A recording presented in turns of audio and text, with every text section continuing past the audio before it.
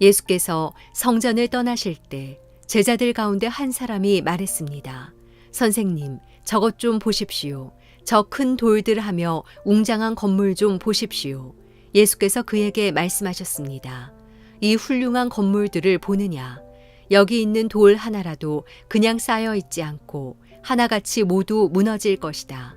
예수께서 성전 맞은편 올리브 산에서 앉아 계실 때 베드로와 야고보와 요한과 안드레가 따로 나와 예수께 물었습니다. 말씀해 주십시오. 그런 일이 언제 일어납니까? 그런 일이 다 이루어질 무렵에는 어떤 징조가 있겠습니까?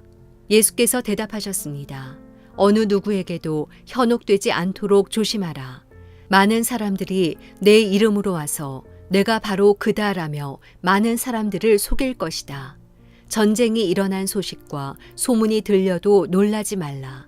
그런 일은 반드시 일어나야 하지만 마지막은 아직 아니다. 민족과 민족이 서로 대항해 일어나고 나라와 나라가 서로 대항해 일어날 것이다. 곳곳에서 지진이 일어나고 기근이 들 것이다. 그러나 이런 일은 해산하는 고통의 시작일 뿐이다. 너희는 정신을 바짝 차려야 한다. 너희는 법정에 넘겨지고 회당에서 매질당할 것이다. 그리고 나로 인해 왕과 총독들 앞에 서서 그들에게 증언하게 될 것이다. 먼저 복음이 세상 모든 민족에게 전해져야 한다. 너희가 붙잡혀가서 재판을 받게 될 때 무슨 말을 할지 미리 걱정하지 말라. 때에 맞게 너희에게 주시는 말만 하면 된다. 말하는 분은 너희가 아니라 성령이시다. 형제가 형제를, 아버지가 자식을 배신해 죽게 내어줄 것이다. 자식들이 부모를 배역해 죽게 만들 것이다. 모든 사람들이 나로 인해 너희를 미워할 것이다. 그러나 끝까지 견디는 사람은 구원받을 것이다. 화요일 아침 기도를 시작하겠습니다. 오늘도 주신 말씀 붙들고 믿음으로 사는 귀한 하루 되기 바랍니다. 오늘은 마가복음 13장 1절에서 13절까지의 말씀을 함께 나누기 원합니다.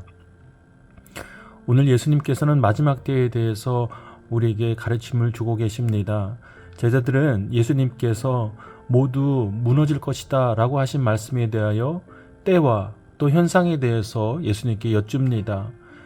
그 무너지는 일들이 언제 일어나고 또 일어나기 전에 어떤 징조가 있습니까? 라는 질문을 드립니다.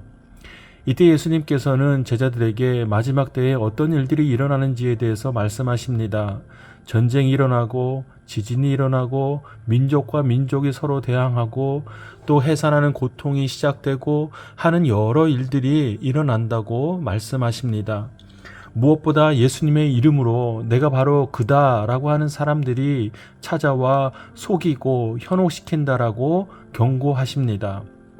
그러니 제자들 또한 현대를 살고 있는 그리스도인에 있어서 그 징조란 것은 우리가 현혹될 때, 또 예수님께서 구절을 통해서 주신 말씀처럼 정신을 바짝 차려야 할 때, 이런 모두한 때가 바로 마지막 때, 그 징조가 나타나는 때일 것입니다. 그러면 여러분 생각해 보십시오. 우리가 사는 세상을 한번 보십시오. 지금이 그때가 아니겠습니까? 세상은 거짓으로 가득 차 있습니다. 자칫 잘못하면 이단의 가르침이나 거짓된 진리로 우리가 유혹되고 현혹될 때가 있습니다. 그리고 예수님께서 하신 것처럼 정신을 바짝 차려야 하는 시대에 우리는 살고 있는 것 같습니다. 이러한 때에 예수님께서는 우리에게 이러한 말씀을 주십니다. 10절에서 복음이 전해져야 한다라고 말씀하시고 13절에서는 끝까지 견뎌야 한다라고 말씀하십니다.